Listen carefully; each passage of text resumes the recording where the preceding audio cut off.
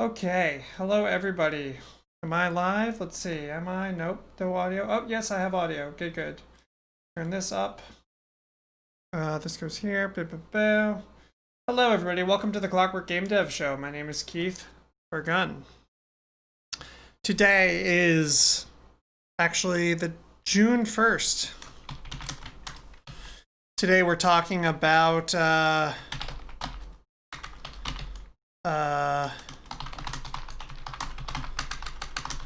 I know Brick Road's gonna call in. Not Brick Road. Brick's Parts. So that's gonna be a big thing. Let's just change this real quick. Let's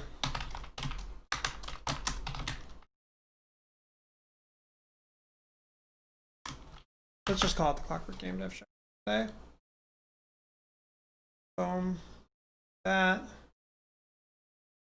Good. Okay.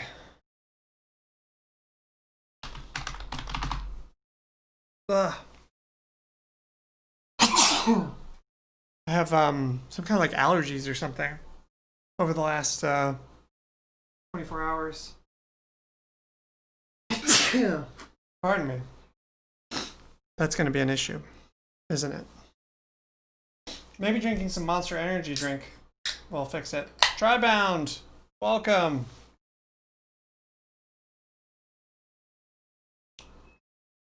Ooh.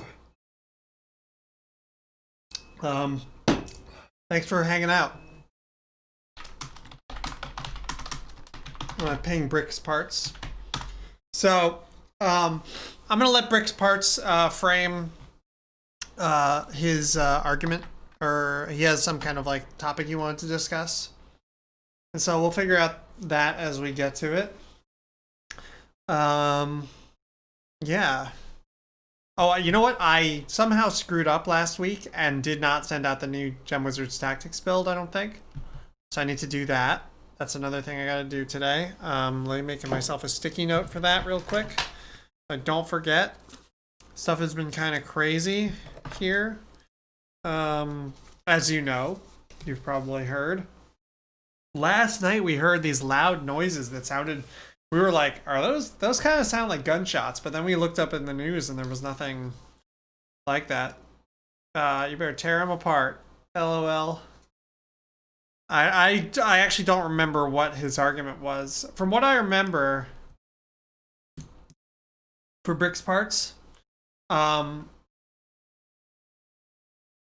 what I remember, Brick's Parts' argument was something like, rock, paper, scissors, or, you know, like the triangle, like, inherently conflicts with having any randomness in your system, or like, necessarily means that your system is random. I forget. It's something along those lines, though. I could go look it up in the thing. It's in the Discord somewhere. But I'd rather he just, you know,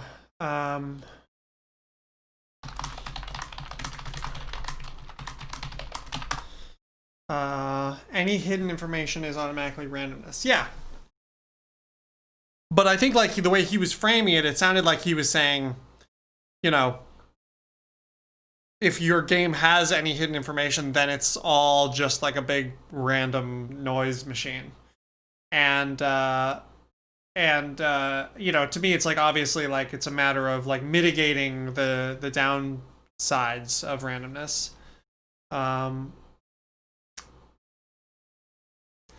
You know, so it's a matter of like negotiating, using input randomness and using like uniform randomness and things like that. Randomness inherently conflicts with wanting the player to determine the outcome based on the understanding of the system. Yeah, of course. I mean, yeah. I mean, that's sort of, isn't that sort of just like obvious? Like, yes, of course.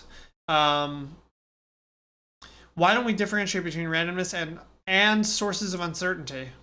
I don't know. It's gonna be a short episode, y'all.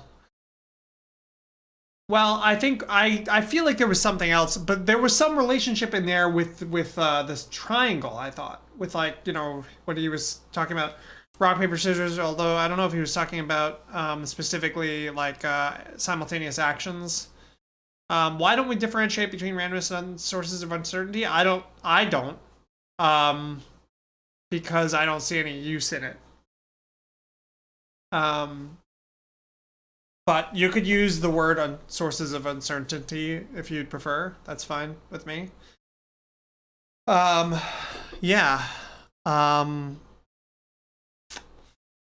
We could do that. So I think Bricks Parts is not here yet. So I don't know what else. Maybe we can look at one of these articles or something in the meantime. Don't we have like some articles that we've there's no point in differentiating between different types of hidden information. I agree. What's this link here? Oh yeah, this stuff. Tom Francis talks. Difficulty is random. I don't know if I actually object to the term difficulty, and at least in strategy games. I feel like that shouldn't be it's like a weird concept, kind of. I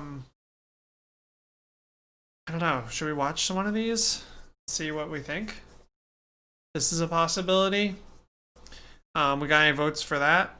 I actually have a new article I've been working on that should be done later today, maybe, or tomorrow. About so we can talk about that. But it's kind of a small article. It's about the difference between an upgrade patch and an update patch, and how strategy games probably shouldn't have like, or they may need update patches in terms of like because they're an application or something. Actually, let's make a new Google Doc. That's a good idea. But what in terms of their rule sets, all they should need is upgrade patches. That's kind of what my new article is about. There's a difference between the system popping on a random state and you being unaware of a part of a state. How so? Because think about a dice, right? Rolling a die. Really, the only thing is that you're unaware of the way that the die is bouncing, right? Like dice aren't truly random. They're responding to physics, right? They're like bouncing around in a, they're every, like, you know, you can simulate that in a computer, like an actual, you know, cube bouncing around in a realistic way.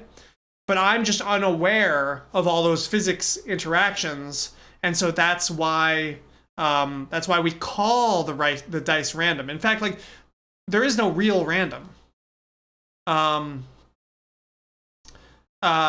Like, I don't think, I'm not, you know, I don't know enough about like weird existential mathematics or whatever, but it seems to me that like, at least in most humans' lives, they never encounter something that's like truly random.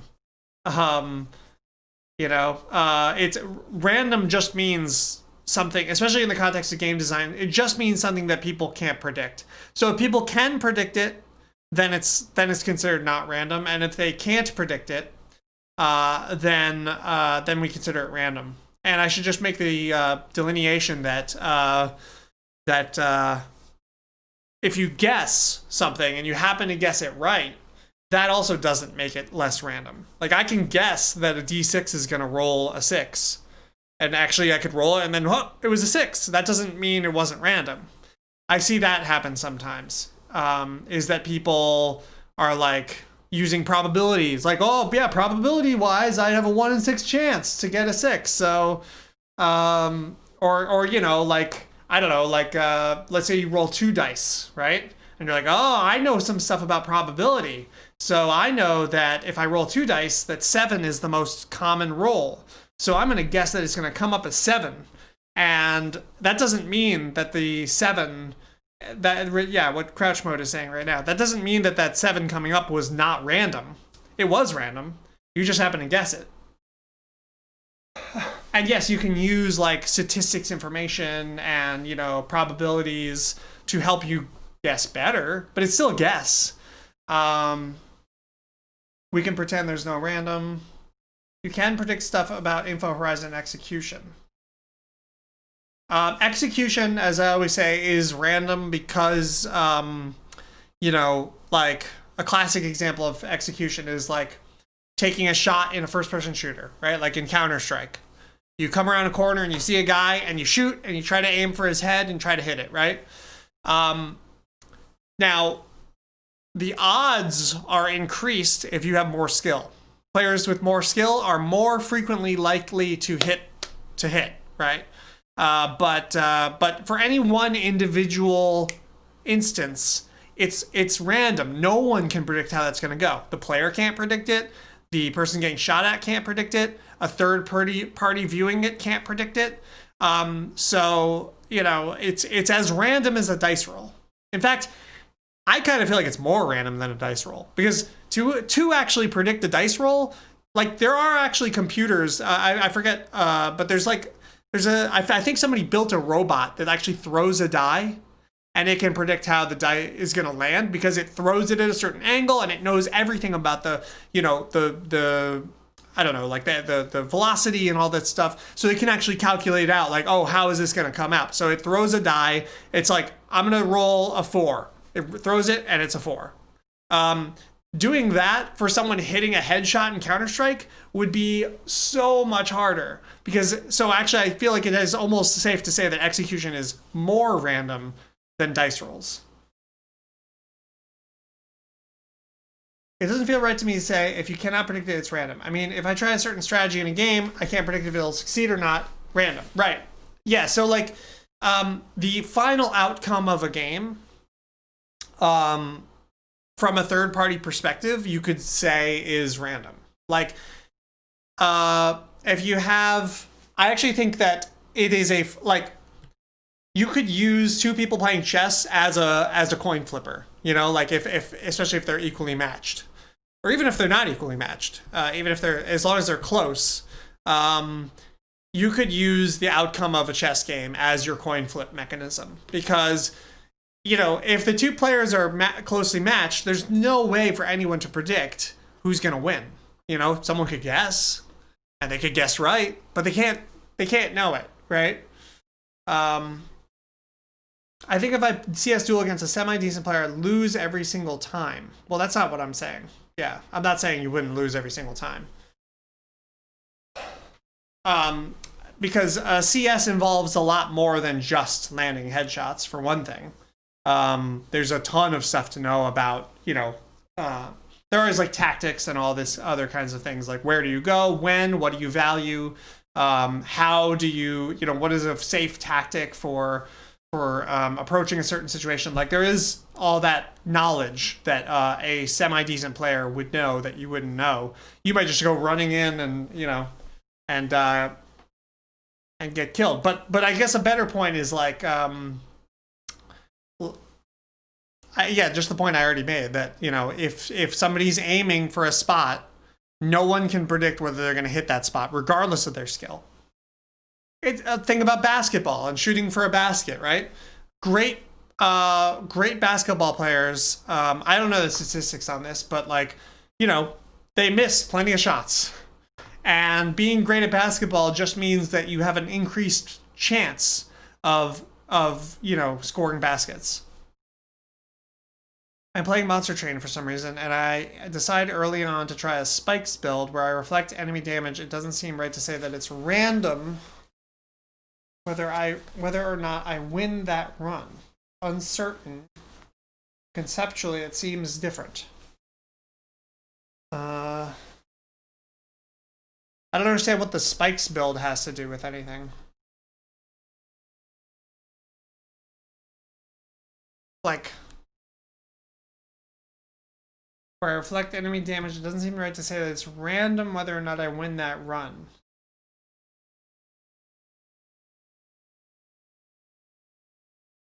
I wouldn't use the word in that situation. I don't use the word. Like, so I'm not making a you know, the declaration that in all contexts, everywhere, you just want to use the word random where you would use the word, you know, uncertainty. I'm talking about in game design, when you're talking about sources of like hidden information, or execution. I've named a few specific areas: execution, hidden information, you know, random number generators. as sources of randomness and also simultaneous actions. Doesn't seem right, but it is right.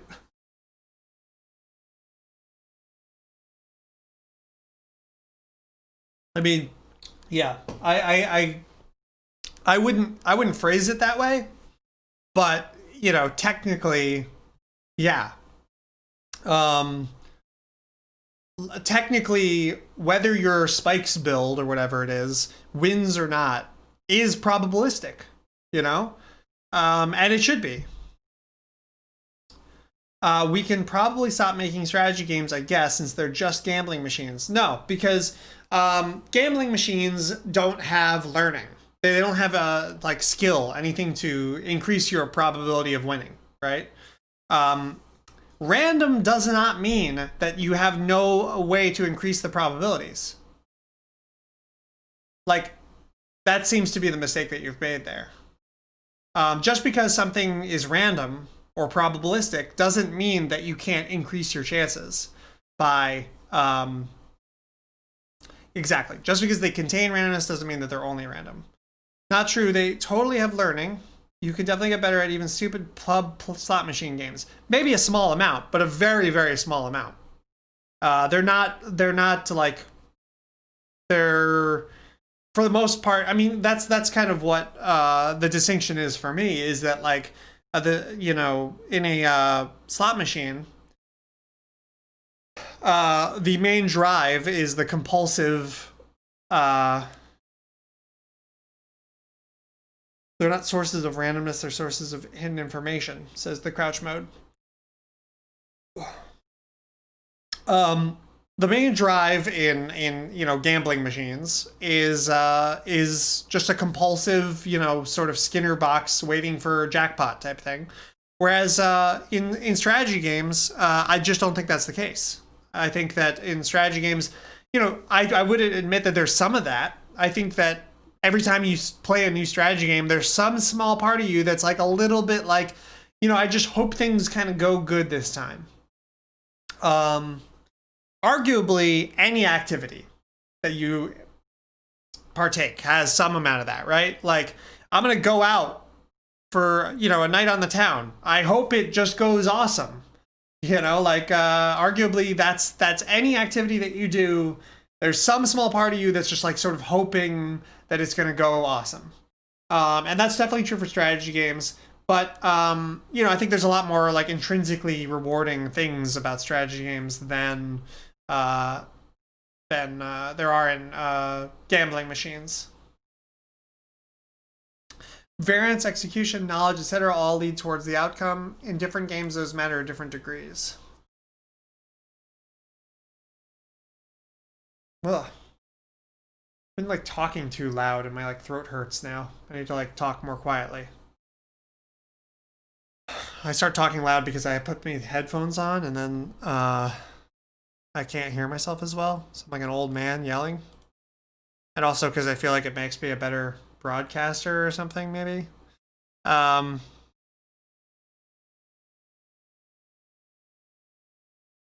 Yeah, so all we're saying with the outcome being random in strategy games is that no one can predict it and that it's probabilistic. Like, that's obviously true.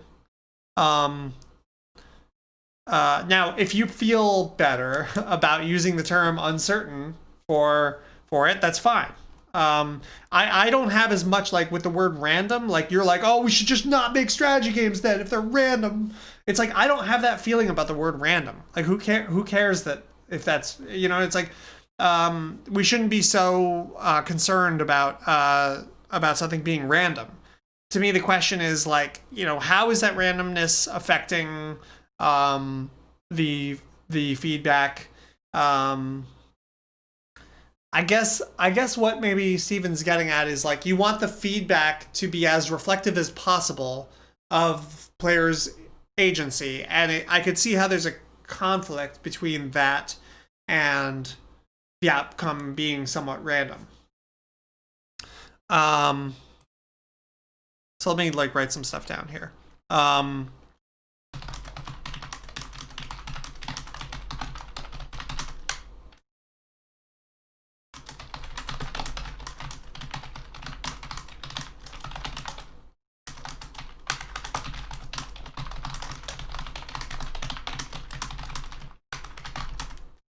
The outcome of a match is probabilistic. Let's like maybe number these so that we can refer to them or something.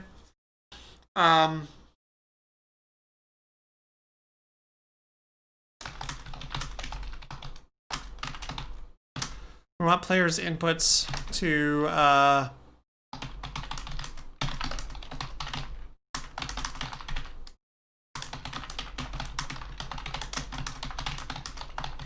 so I guess one thing that people could say would be like there's a like question, is there a conflict between 1 and 2? Right?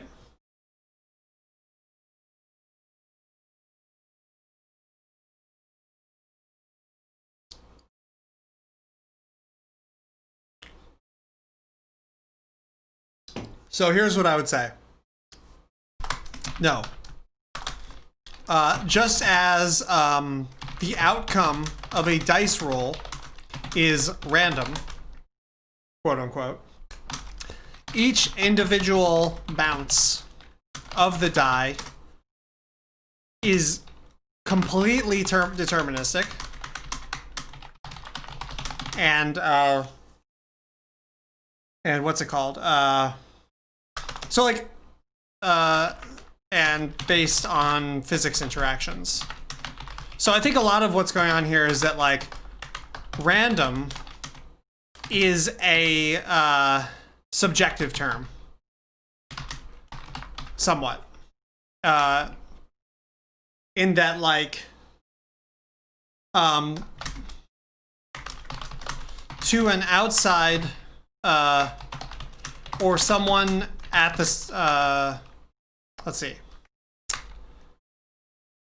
the outcome of a match from the outside or from before it has begun is random. But for the players playing, it is not random at all, other than carefully introduced input randomness, or let's just say like uniform, let's just say designed randomness.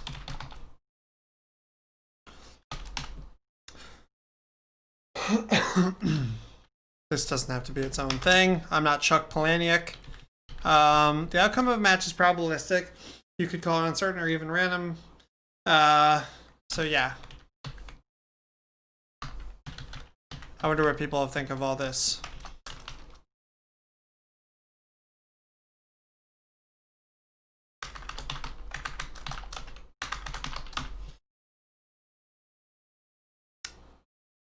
Variance, execution, knowledge all lead towards the outcome, right? In different games, there's different matter in different degrees, right?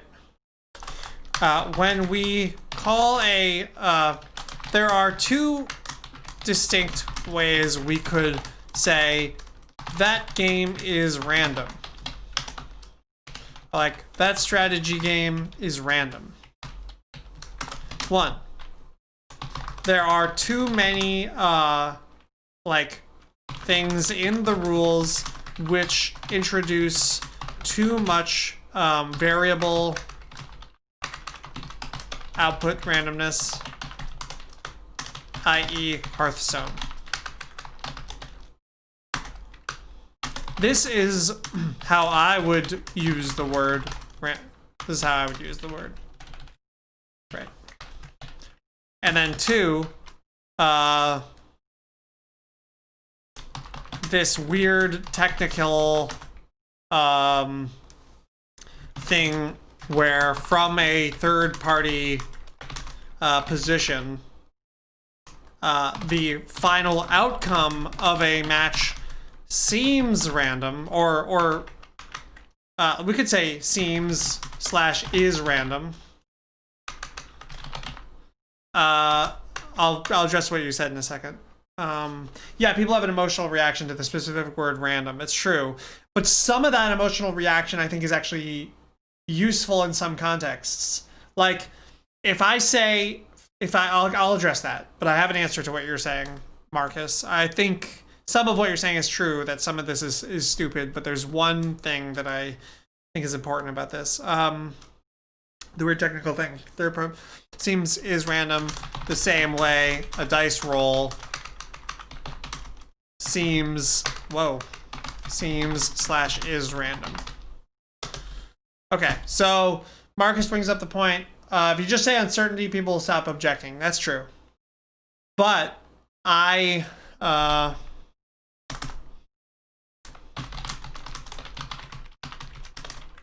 don't use random at all because people have an emotional reaction to it. To that, I would say some of that emotional reaction is good and we want it. You know, like some of why there's been push away from that emotional reaction is good. We just want it to be aiming at the right things, right? So like, for example, I like that there's an emotional reaction towards some of the randomness in Hearthstone. When I say Hearthstone is really random, you know, people hear me saying Hearthstone is bad, or like there's some really horrible problem with Hearthstone, and that's correct. If I just said Hearthstone is uncertain, I mean, that sort of just that doesn't sound like a critique when I want it to be. I want it to be a critique because I think we should change how these things are. And the problem with the word uncertain is that it's not critical. It's just descriptive. And so I think that there's utility in the word random here. They made it that way on purpose because it creates cool stories, right? Yeah, and I think I think other reasons too. I think that a very shallow gameplay system needs a lot of randomness to not just get cool stories, but to even seem like it's working at all. The perspective thing is why I think hidden information is more correct. I like the term hidden information in a lot of contexts. A player making moves in a game has access to their own brain, thus there is less hidden information. If you're a third party watching, there's more hidden information. Right, that is a good point. Yeah, hidden information is nice. Let's put this back up here. Hidden information is nice as a term because it sort of includes the positionality, right? Or like the subjective, or the subject in its in itself, you know? Yeah, like, because it's like hidden. It doesn't, and you know, the bounce of a die, you could say, the bounces, all those, that's hidden information. It's hidden from me. Like, there's a computer that could see all that.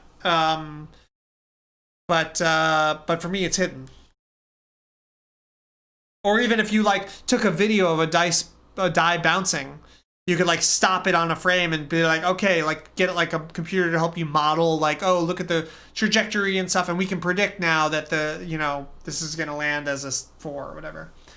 The future outcome of a dice roll is hidden information, right? The future outcome of a chess match is hidden information to everyone. And yeah, I think it's interesting to think about these three terms. Random,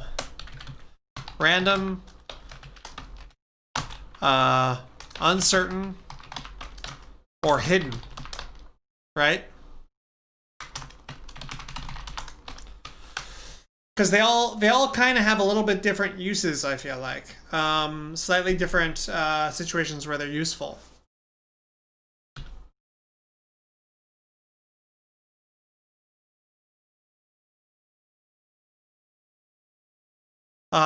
For me, I actually find that I don't use uncertain, like in my own designs, pretty much ever. I use this a lot, and I use random a lot. But to me, uncertain is weird because, like, all kinds of shit's uncertain. I mean, yeah. things that are hard to calculate or uncertain. I guess you could say that that's also a form of randomness. I don't know.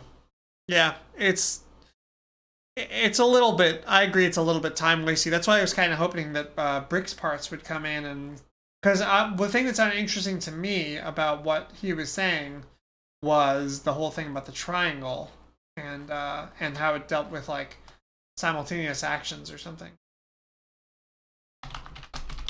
Guess we could read his. Pardon me. Here we go. I found the chats. Copy paste this. Over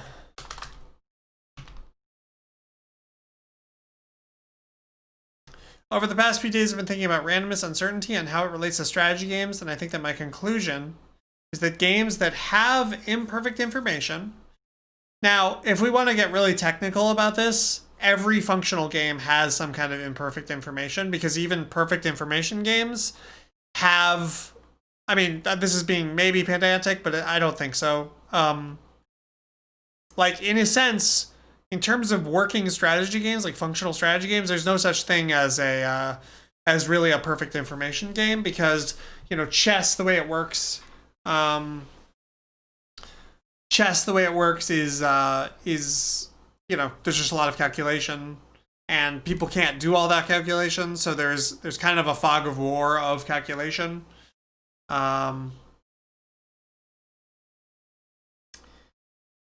He was not talking about the triangle as you understand it. Okay. Triangle doesn't reel. I guess it doesn't reel in the way that, what do you mean it doesn't reel? It's just it's like a tool. Dad Nista, how's it going? Here's what we're talking about today. Different kinds of terms for the word randomness for now. I like the claim that triangle doesn't reel, because to me it's like core mechanism doesn't reel, or input randomness isn't real. All these things are, yeah, they're not real. They're concepts. They're tools with which to understand and build games, build strategy games. So I think they are real in that they're tools. They're not real in that they're. Are we going to use the one sticky post in game design that I contributed? Let's see.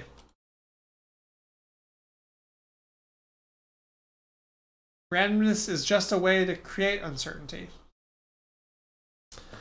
I think maybe, sure. Uncertainty is a way to create randomness.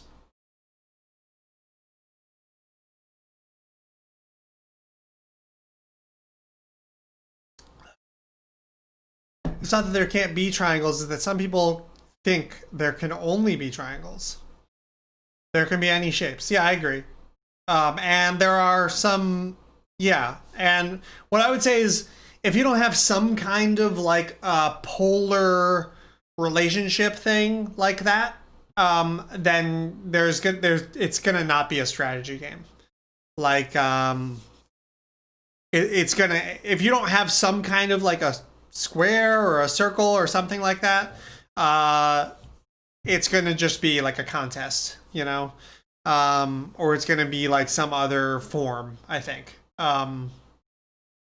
Probably. Maybe I can't say that for sure. I'm not certain, but I don't think it helps building or understanding strategy games. I mean, to me, it's like super helpful all the time. I use it all the time on my game designs. I can't remember, like, so, or actually, if you have a pure tactics game, that actually, now that I'm thinking about it, like Oro was a pure tactics game, and in tactics games, these things don't seem to apply as much. I think because they're more puzzle-like. Dark Templar and StarCraft, it's its own thing. DTS versus DTs versus detection. It's not part of the main RPS. I don't remember that much about Dark Templars and like how they fit into the tech tree and all that kind of stuff. But detection to me seems like a defensive thing, right? Because you're sort of like mitigating problems, and you're sort of disrupting plans, and you're responding and reacting to things. But I don't remember where Dark Templars. I feel like Dark Templars probably were like an econ sort of strategy. Detection. I understand that detection detects cloaked units. I know that. Dark Templar cloaked. I know that also.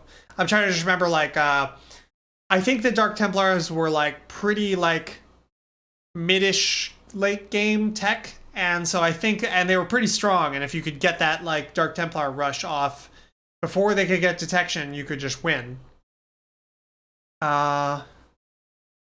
You've made more and more successful games than me, so what do I know? Lots of stuff. That doesn't have anything to do with anything. But I would say that, like, I could talk specifically about the ways that my games have the way that the triangle or similar constructs have been useful to me in game design.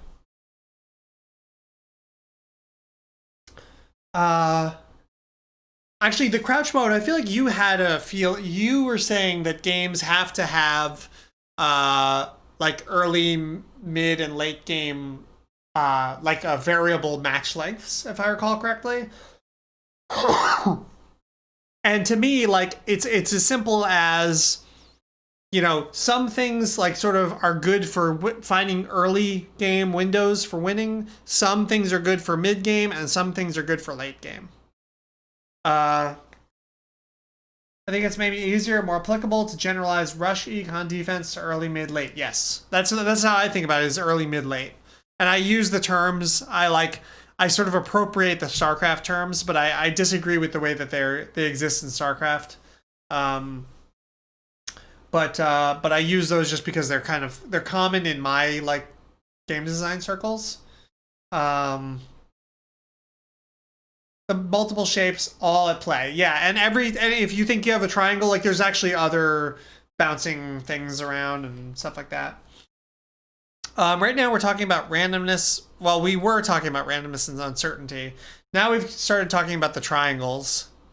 We were supposed to get a call in today, but it looks like Mr. Brickparts may not be around after all. So right now we're talking about the triangle. I'll make a new page for that.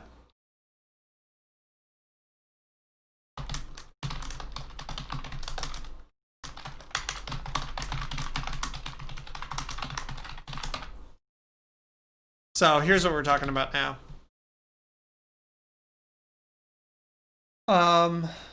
You can fit different rock, paper, scissors things into each section of the strategy triangle. Yeah.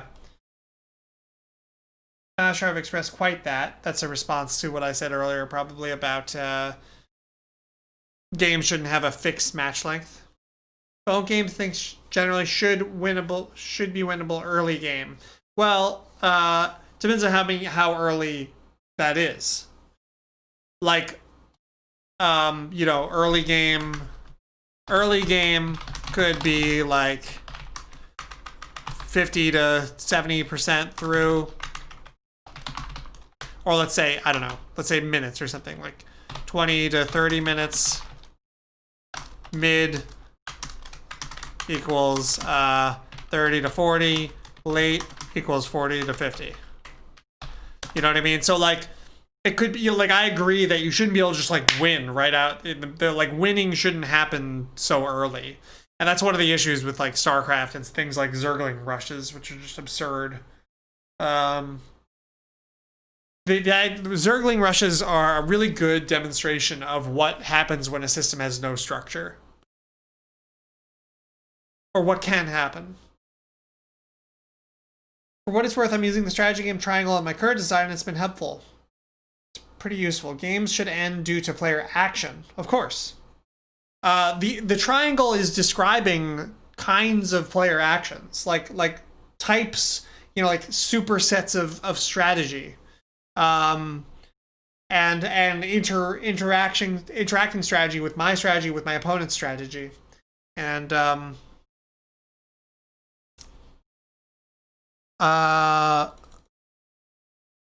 so yeah, of course it happens. Of course it's as a result of player interaction. and player strategy. I've written about this before. I wrote a whole article about this. Maybe we can just read that.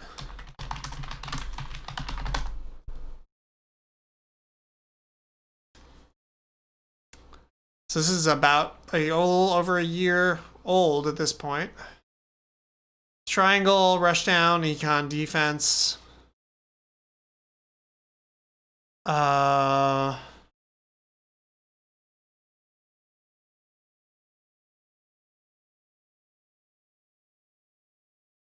So yeah, here's Serlin's. And now I have some objections to this. I've talked about this before, but I don't like the idea. I don't think there should be any characters like at points of the triangle. All the characters should be kind of like in the middle here. Like this whole thing should be just like shrunken down so that they're like in the middle. Because the problem with this is if Jaina is really just like a rushdown character. Also, another thing is that characters should really exist here, here, and here. So like there should be like a bunch of characters here, a bunch of characters, like think of it like an upside down triangle in here, like a Triforce, right? That's really where your characters should exist. Because if a character is a rushdown character and they are like good at rushdown, then a defense character like beats that character and you can kind of win at character select. In fact, let me make this, I'm gonna make a little graphic here. Plenty of people in the Discord have been proponents of fixed match lengths. Oh, fixed match lengths is maybe a different topic. Yeah, I agree. A lot of people think that's a good idea.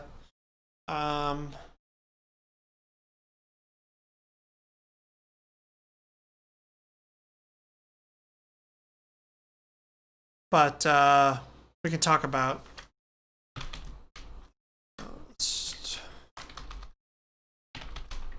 Sure. I'm just gonna make a little triangle here, and so I can point to some stuff. Actually, you know what would be best is to make yeah,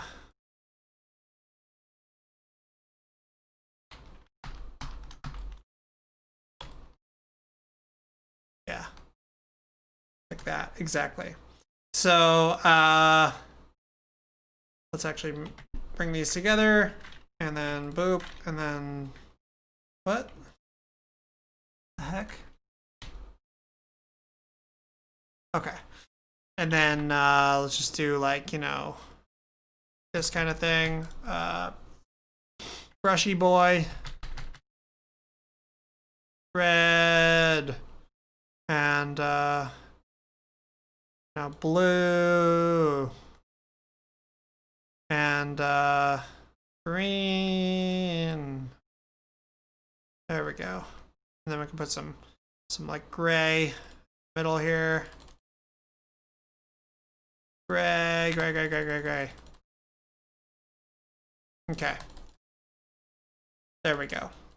Right. Okay. So this zone in the middle here, how do we get that? Why can't I? My hotkeys are all fucked up again. I just want the fill tool. All right, whatever. We'll do it this way.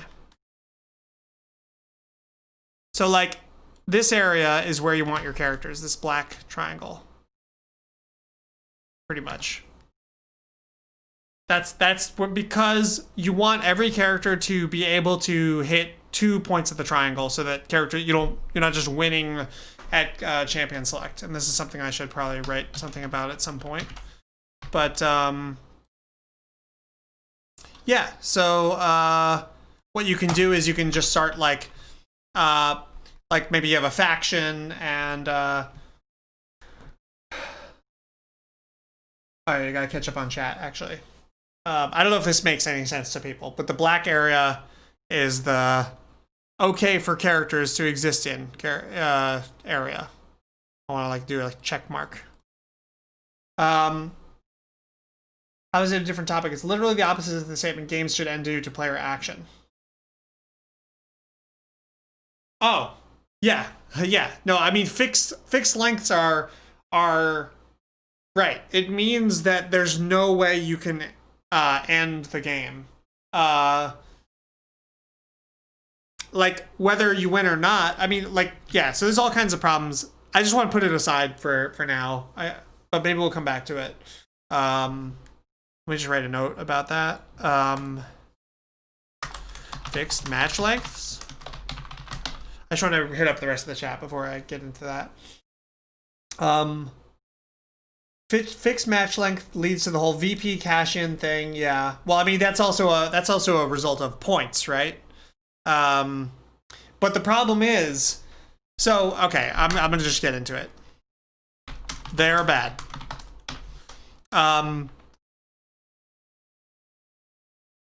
Like, you kind of have to do points. Either you have this race to VP thing, or if you don't have points, you have a total lame duck situation. You know, and even if you do have points, you still have the lame duck situation. It just doesn't show up as hard. For example, if you had some, like, you know, I'm trying to think of like what is like for example, if a game said the objective is in this game is to destroy 3 towers of the opponents. 3 opponent towers, let's say. 3 enemy towers. Let's say that. And it had a fixed match length. I mean, no one would even do this. You could have a situation where you've already won and the match is continuing. I mean, like, I guess I just feel like I don't even want to debate this because, like, to me it's so obvious that fixed match lengths are bad. But also, if we want to argue about this, I think someone needs to come in defense of fixed match lengths because I wouldn't even know how to start defending them. I guess my main objection to the triangle came from thinking you valued the time component more than you do. Time component. All right, let's just write some notes here on this guy. I don't like. You mean like the windows?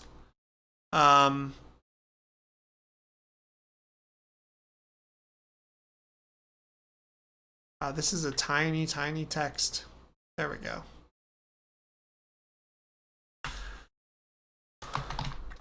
Rush. What the fuck? This font doesn't have quotation marks. Come on, man. There we go. Sure.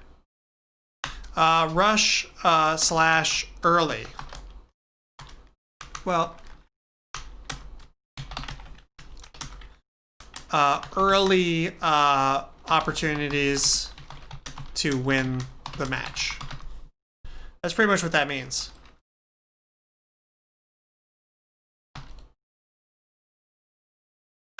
Find mid-game opportunities to win the match. And then this is also called econ sometimes, although you could use different names for it. Defense. Late game. And I'll put this up here maybe. It's here. Lame duck scenarios can happen in variable match lengths too. Yes, they can. How do you avoid that without de-emphasizing long arcs? Making the arcs not too long. If you have lame duck scenarios, I think oftentimes that's another topic that we can get into. But we have a real potpourri show today. Lame ducks. Lame duck situations. They are a result of a couple different problems.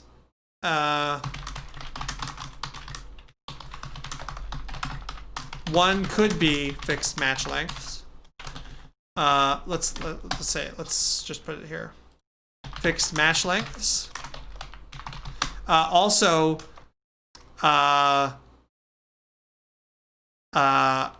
systems, yeah, arcs are too long, basically. Long arcs, yeah, that's a good way of putting it, are too long or impactful. There was another thought I had that I'm blanking on now. Shit. If you have a lame duck scenario, that you need better feedback loops. Yeah, like screwed up feedback loops. I don't know how else to put it. Yeah, I think a lot of it is just you have these dynamics happening that are just not thought through. Sort of like system not heading towards its conclusion at all times. Systems like canceling each other out, etc. Basically, the game not working properly. And maybe that's like tautological or something, but oh, Bricks Parts is here. Yay. I could stream for another, certainly long enough for us to have a conversation if you want to come on the show. Let me just hit the rest of these things here. How do too long arcs cause lame duck? How does that work? How? Let's talk about this.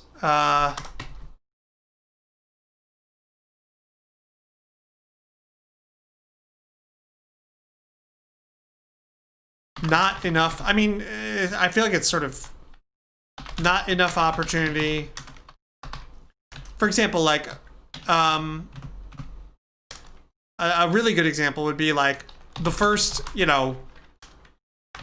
or 4 moves players make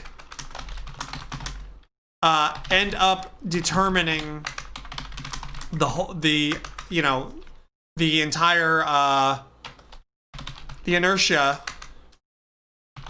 for the whole match, and new smaller arcs aren't able to undo what these massive arcs are doing, or mitigate is a better word than undo. So I think we've all played games like this before, right? Where like if you don't get those first whatever few turns like right, you're just never gonna catch up, right?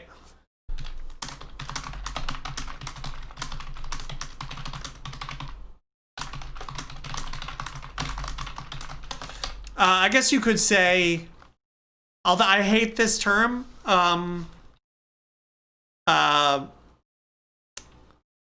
lack of, I'm trying to put it in a good way. Lack of holistic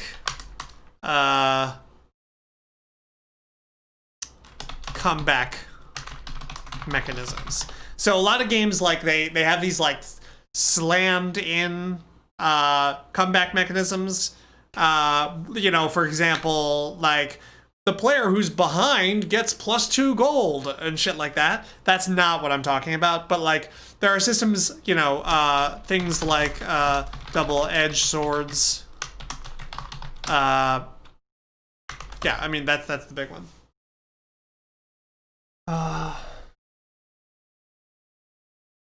If there's no positive feedback loop, but there has to be some positive feedback loop. There can't be no positive feedback loop.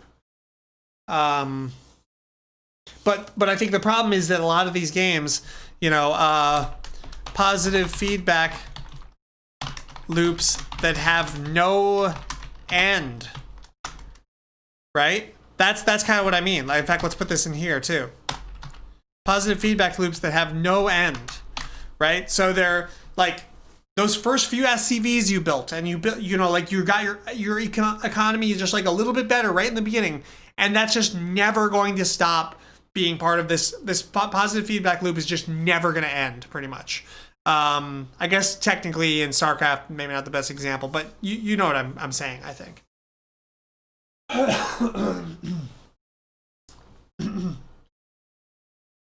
Can't call in today? Okay.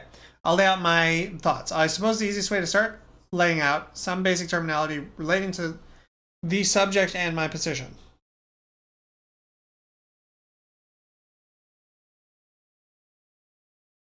Like Puzzle Strike, yeah. Put that there. There could definitely be no positive feedback loop. No, I super disagree with that. There have to be some positive feedback loops. That's like if it's no positive feedback loop, there's like no state. That's the problem that I have with soccer and oh, I think you're probably saying I don't know, but like for me, I'm not sure what you're saying, but for me, the reason that I kind of think soccer and fighting games and things like that are like arguably not strategy games is the fact that they have no feedback loops, they have no carried over state, they have no like arcs really. It's just like this small tactical interaction over and over again with a tally counting it. And so yeah. Let's go down to Brick Parts thing. Uncertainty, the state of not knowing what will happen in the future due to RNG, other players, too complex for a human to understand. Sure. Sounds good. I'm into it. I got my BMO shirt on today, by the way. BMO.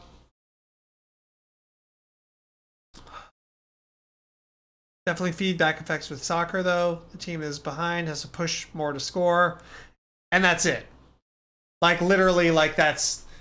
I mean, that's the thing with, like, score, health, victory points, is that's the only way it interacts, is that, like, you either have more points or you don't. You know, you either have more health or you don't. It's not much in terms of structure. Soccer, but you win at the first goal would probably have positive feedback loops. In ordinary soccer, there's just no long arcs. You have to push score because of fixed length.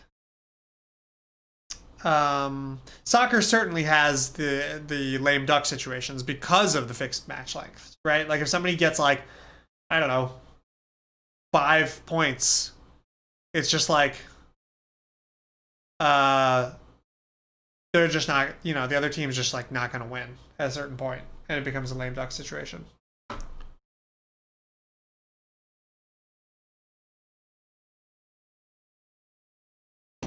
Anyway, Brick's Parts, I got your definition of uncertainty. Sounds good. Thumbs up.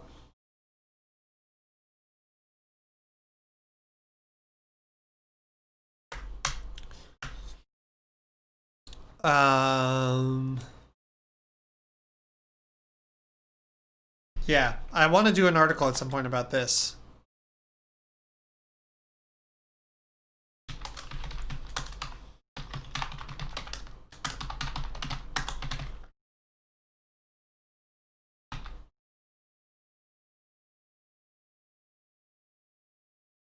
Boom. The conclusion I've come to, this is Brick's Parts, is that when a game has simultaneous turns, I already, you know, I'm like generally not a fan of simultaneous turns, but let's keep going.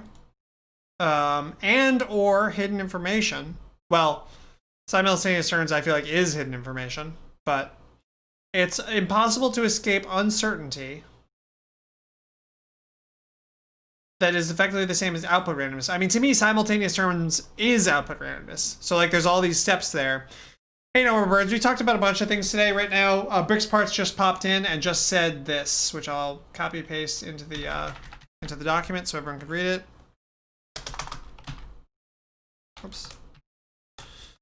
So this is Brick's Parts.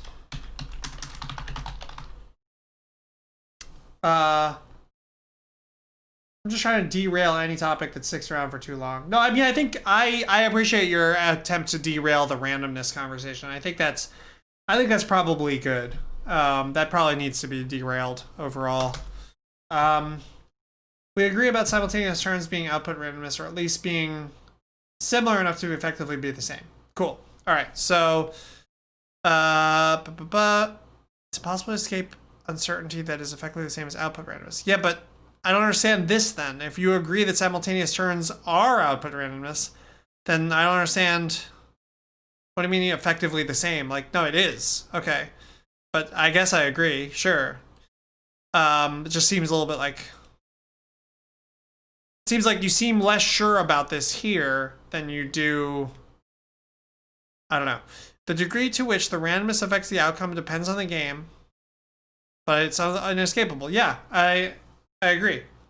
So let me reword this and see if you think I'm, yeah, a bit tautological, it seems to me, but like, games with simultaneous actions have output randomness. Or we can just say, yeah, simultaneous actions are, whoops. I did, in fact, are output randomness. So games with simultaneous turns, let's say S turns, have output randomness. Or sorry, what? Fuck it.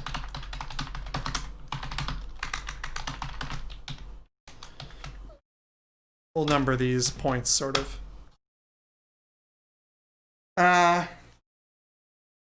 So I think that what you were getting at with this, I thought, now I'm remembering, that what I thought was you were kind of making the argument. I thought you were making this argument.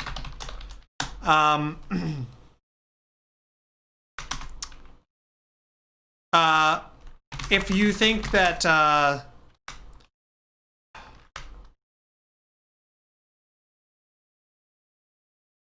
with triangle based strategy games, players pick a rush, econ, defense strategy somewhat simultaneously with the opponent, and then one player wins. Of course, wins because of the triangle interaction. And the game ends up being just a big old rock, paper, scissors. This is what I sort of thought you were arguing, and I have a response to this, but I don't know if this is what you were arguing. But I guess I should just write my response to this.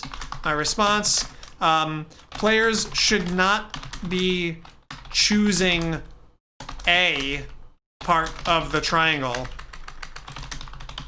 They should be constantly dancing around the center of the triangle,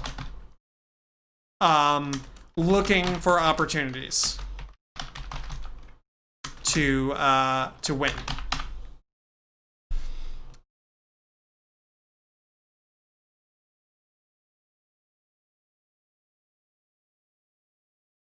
Right? So you don't like, and that's another problem I have with StarCraft, is that it lets you actually just like a Ling Rush is like, I went and it's, I mean, this first thing that you said here, this actually is true of StarCraft.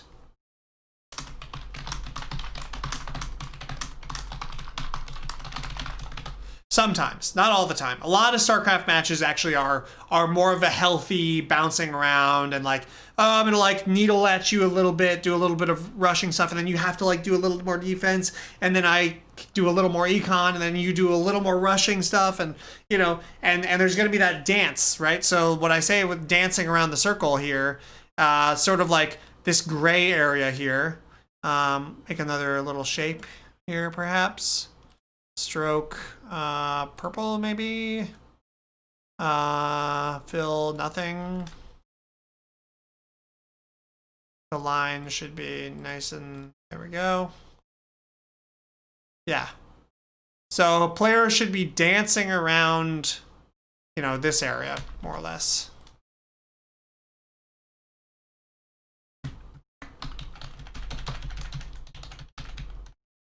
As they play. This should be bigger. There we go. And also, there shouldn't be simultaneous actions. I mean, I know that in real-time games, that's one of the issues that I have with real-time games, actually. One issue with real-time games, among several others, is that it's impossible to avoid simultaneous actions.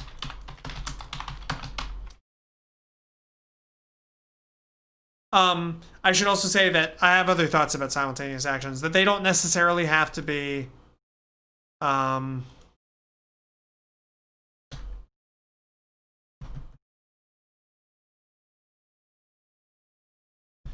no, actually, you know what, I actually disagree with this. They don't have to be. They are in every single fucking game that they exist, but they don't have to be. Because it could be that, you know, imagine like a card game. Imagine like Yomi or something like that, but so you each play cards simultaneously to attack each other, but there's only projectiles. And as you flip it, you launch a projectile, and then it's going to take like 3 turns for that projectile to hit the opponent. Or like interact and have the sort of Yomi interaction. And also it's not just like, you know, like players can interact. How do I put this? Like, it's hard to explain, but I'm pretty sure there's a way you can make simultaneous actions input randomness.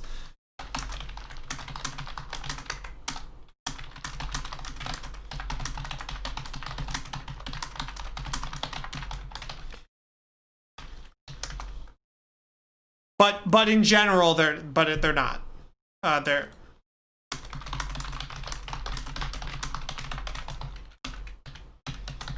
just gonna put this in like a weird color or something. It all comes down to information horizon, yeah. It's impossible to avoid simultaneous actions, but you can set stuff up so it's more like input randomness than output randomness. Exactly. Yes. Totally. In the StarCraft example, let's see what else. To the degree that it can be mitigated, some games will have this less of an issue. Bar can be more pronounced. In StarCraft example, Protast beat Zerg at unit cap. So doesn't that make Protast the control and Zerg the beatdown? I don't know what those terms are. I think control is defense, right? And beatdown, I guess you're saying, is rushdown? I suppose. But I mean, being at food cap doesn't necessarily, I'm not sure. Maybe. It's impossible to avoid simultaneous actions. Yeah, but you can set stuff up so it's more like input randomness than output randomness. And I think that's also true of turn-based simultaneous actions. Like you can make input randomness Yomi, I'm pretty sure. In fact, I'm interested to try to play with that. That'd be a cool game jam. I'm gonna write that down somewhere. Game jam idea. Input randomness Yomi.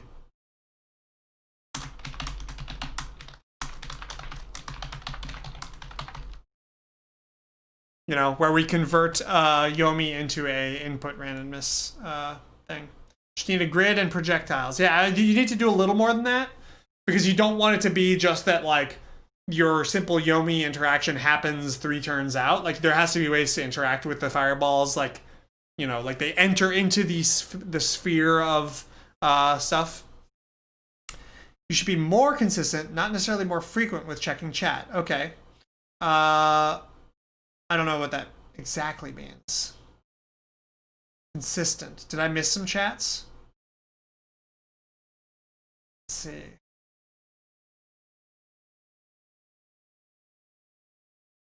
I'm scrolling back up and making sure I didn't miss something. Input randomness.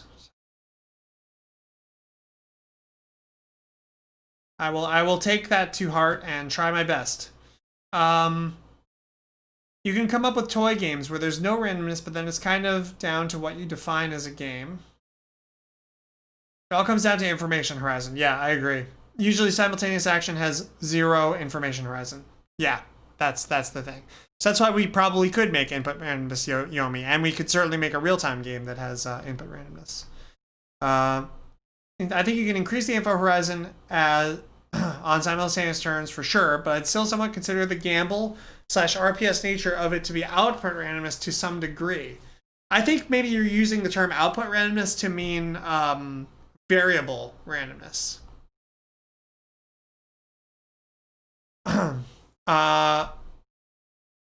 Oh yeah, that's a good point. Wow, I didn't even think about that, Dadnista. Dadnista says, Keith, your current card game design you mentioned the other night could probably do simultaneous action with your spellcasting system, and it'd still be input randomness. It's a really good point. I love I mean, obviously everybody likes the fact that simultaneous actions are fast. You know, Race for the Galaxy and Seven Wonders, part of why they're beloved, I think, is because, especially Seven Wonders, you can have a game with 7 players and it doesn't have that horrible effect of like waiting for the turn to go all the way around the table so you can interact again. It happens very, very quickly because of the simultaneous actions. So I mean, I think, you know, there's reasons to want to make simultaneous actions work. And I'm going to definitely look into that thought. It's a good idea. I'm sure plenty of games already exist with simultaneous actions that work as input randomness. Yeah, I agree. In fact, yeah, I don't know. Honestly, the reason why I've considered simultaneous actions for the game I'm working on right now is so I don't have to think of a solution to first turn advantage. Okay. I mean, first turn advantage, you know, I'm not that concerned about first turn advantage in a lot of games. I think that the games that have first turn advantage as a problem are all just too simple. I mean, most, you think about it, it's mostly like these tabletop games that are like tiny grid, not much you can do. You're like locked in. Like I think about Codex. Codex is way too simple. And people don't think of it that way because they're thinking of it as compared to Magic the Gathering, which is like way too simple. But Codex still doesn't have that much you can do, that much space. And so, like, yeah, the first turn advantage is massive. I think that the bigger your game gets, the more complex the game gets, the more and more small that first turn advantage means. Here's another answer to first turn advantage. I know I'm all over the freaking place today, but first turn advantage.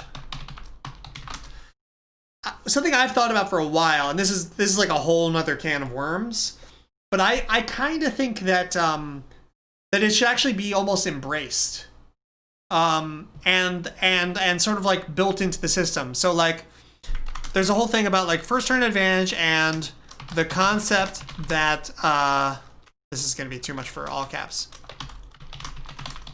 Advantage and the concept that games should always be heading to a conclusion. The way I think of it often is at the start of player one's, or like, yeah. So at the start, here's how I do it. The start of player one's turn, things are such that player 2 is going to win this match. Player 1 makes their turn to change that. Now things are such that player 1 is going to win this match. Now, of course, this is a super abstraction because like nobody knows really who's going to win. But to the extent that you can have any kind of like, you know, like inertia on somebody's side or whatever, you know, I think about like things like minion waves crashing. I don't know if anyone ever answered this for me, but like if I were designing like one of those kinds of games, I would have it be that like, you know, that left to its own devices, player 1 or player 2 is going to win. So you sort of like embrace the first turn advantage in some sense, and then just have it built in that player two's reaction, player one's reaction is to correct that, and so so think of it as maybe it's like a train heading down, a train is trying to think of a good metaphor. Heading toward a cliff, and it's going to be on the red track or the blue track when it flies off the cliff. Both tracks go off the cliff, and players are fighting about which track it's going to go off. And please don't confuse this as thinking that I mean fixed match length.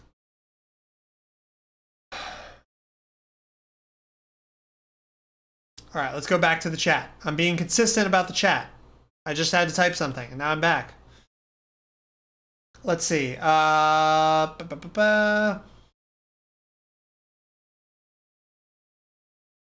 The games that have first turn advantage have too many players. That's not true. A lot of first turn advantage. That's maybe kind of true actually. Here's how I'll make that true.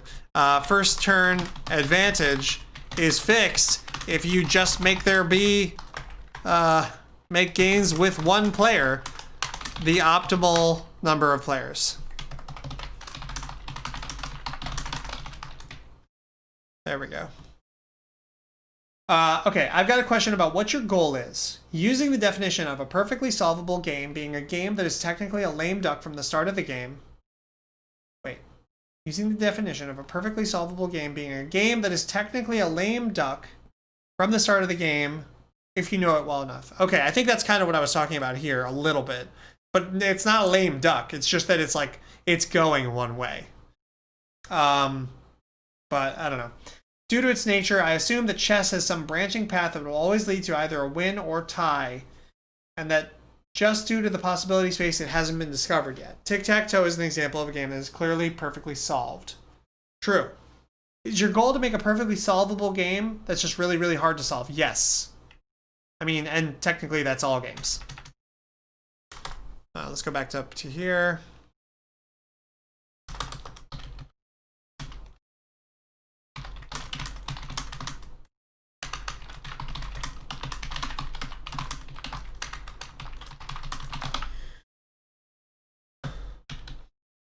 Unless, I don't know what you mean by perfectly solvable. Maybe not perfectly solvable if this expression does not include mixed strategies.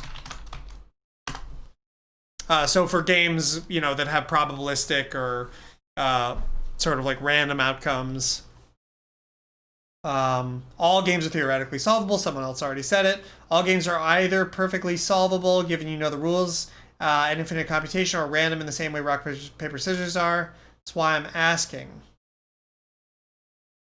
Usually the fixes for first term advantage are to make it so that for second player would win. Right. Like with nothing, player one is going to win, and you create systems to help out player two at the very start. Yeah, I think sometimes I think oh, this is like this radical thought, but actually a lot of games that do have fixes for first turn advantage already are kind of doing this, but I don't know if they think of it in that way. I don't know. Random games are solvable with mixed strategy. That's right. That's why I'm using the term perfectly solvable. Oh, okay. See, yeah, this is probably my, I'm too slow on the chat. Sorry. Marcus is going to yell at me again. I'm in deep shit. I'm not talking about the best strategy that usually works. I'm talking about a strategy that always works. No. I don't even know what it means to have a strategy that always works. That sounds like a true solution. And yeah, I don't want strategy games to have that. I don't want anyone to I don't want that to exist in strategy games. Perfectly solved is a specific meaning. It's when all the outcomes are known. There's 3 different types of solved. Yeah.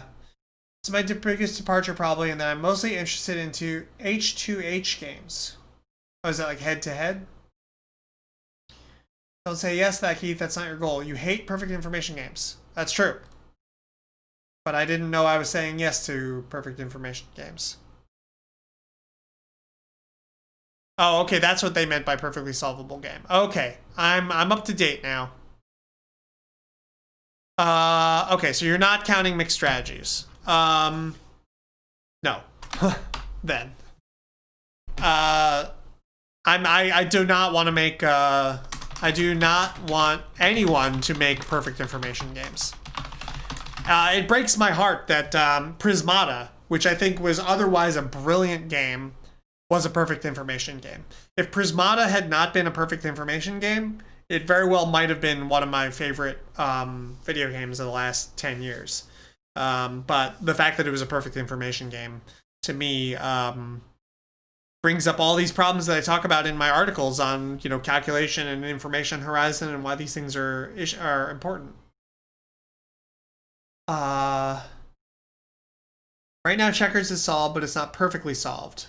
Right, and now EY Priest is talking about more technical terms regarding solution, because there's different kinds of solution.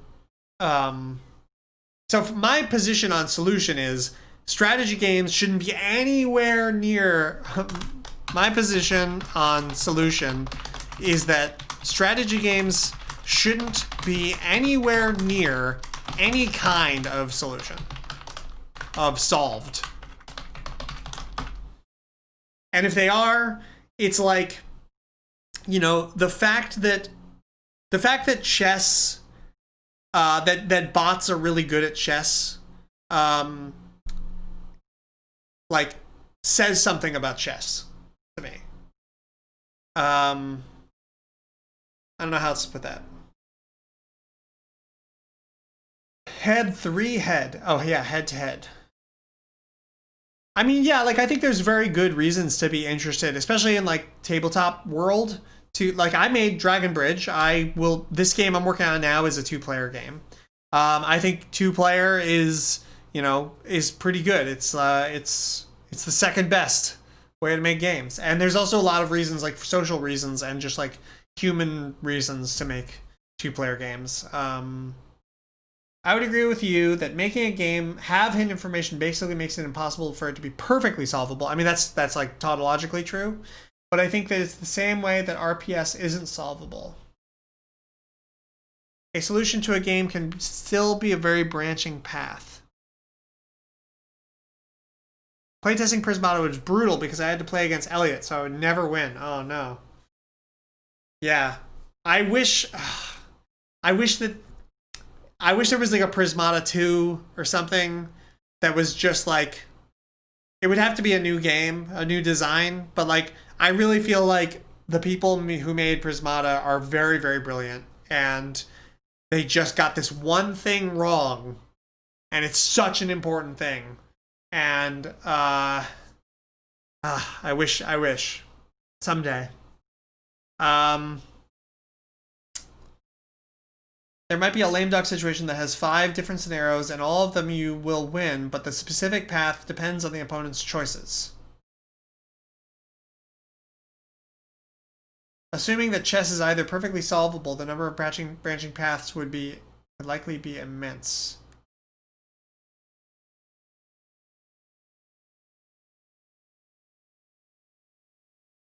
Okay.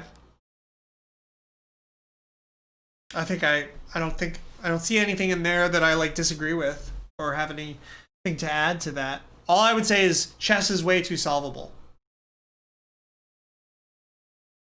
It's too simple is a better way to put it. The grid's too small. You can't do enough shit. All you can do is move your units. That's not enough. There's gotta be more shit. There's gotta be more components, more systemic rules, probably a bigger grid. It's too small. I mean, it's great for 1500 or whatever. But I think we can do a lot better than chess now. All games are solvable in the sense of that theoretically there will always be one or more multiple strategies which are optimal, which can be accessed by calculation. The only thing that stops games from being solvable is finite time and computation power. Yeah, I agree. But I also think that there's like a solution headroom. This is what I was talking about here. Games should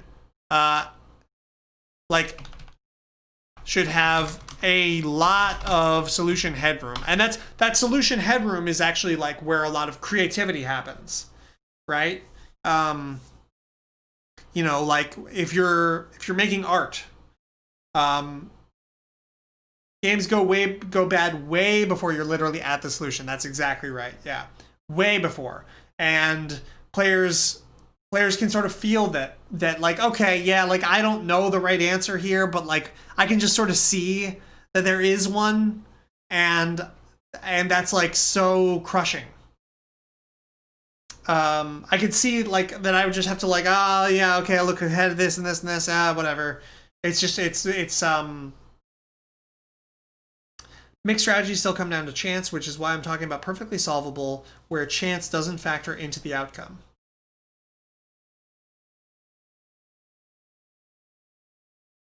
Okay. Yeah, I mean, mixed strategy games are games where there's like a lot of like randomness. But I don't see why this is important. Sure, perfectly solvable games like in chess, there's no chance involved because there's no randomness in chess. But in a game with randomness, perfectly solvable doesn't ever come into play. Yeah, of course not. I thought like this feels like tautologically we're just like you wouldn't have, as far as I know, perfectly solvable isn't a real term. I just made it up for the sake of this conversation since I don't think there's a term for what I'm talking about. Right, I think you're talking about solvable in a perfect information game, aren't you? That's what I thought you were talking about.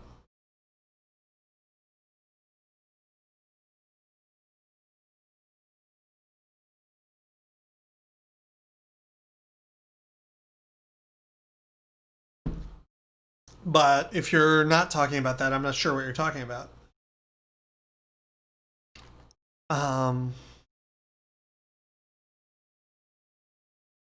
Yeah, we got a whole bunch of weird potpourri stuff here today.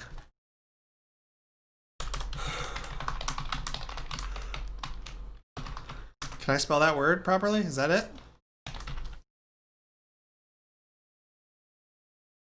It's possible for a game to have randomness and still be perfectly solvable? Really? How so? Your opponent in a match is effectively randomness. Right, okay. Right, so I mean any solution, that's true of like chess, for example, does not have randomness, but it still has, as part of its solution, it still has these like, if they do this, you do this. If they do this, you do this. If they do this, you do this type of things. Right? I don't think perfectly solvable is interesting. What we want to avoid is the player knowing the optimal strategy. Rock, paper, scissors is solved. The solution, just pick one. I'm glad Dasik is not here because he would say something about the New York Times rock, paper, scissors bot, which exploits like these like minor biases people have towards like rock and certain patterns. I'm running a little out of time, so we should like wrap up this conversation. I played that bot to 50-50. Nice.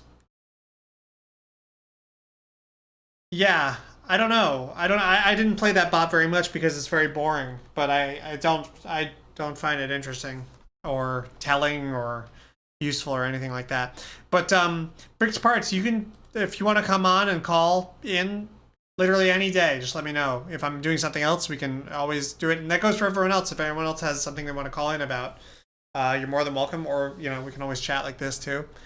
So we talked about today randomness versus uncertainty versus hidden info. What else did we talk about? The triangle, useful for strategy game design. We talked about fixed match lengths / lame duck scenarios. I'm really excited to show you guys my new card game. It's not quite there yet, but I keep making really good progress on it.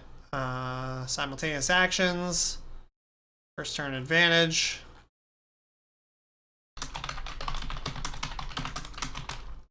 Whoa.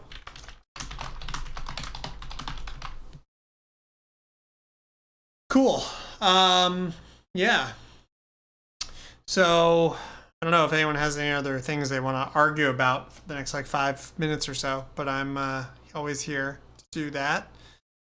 What were we looking at this? Yeah, so what are we gonna do tomorrow? Not sure.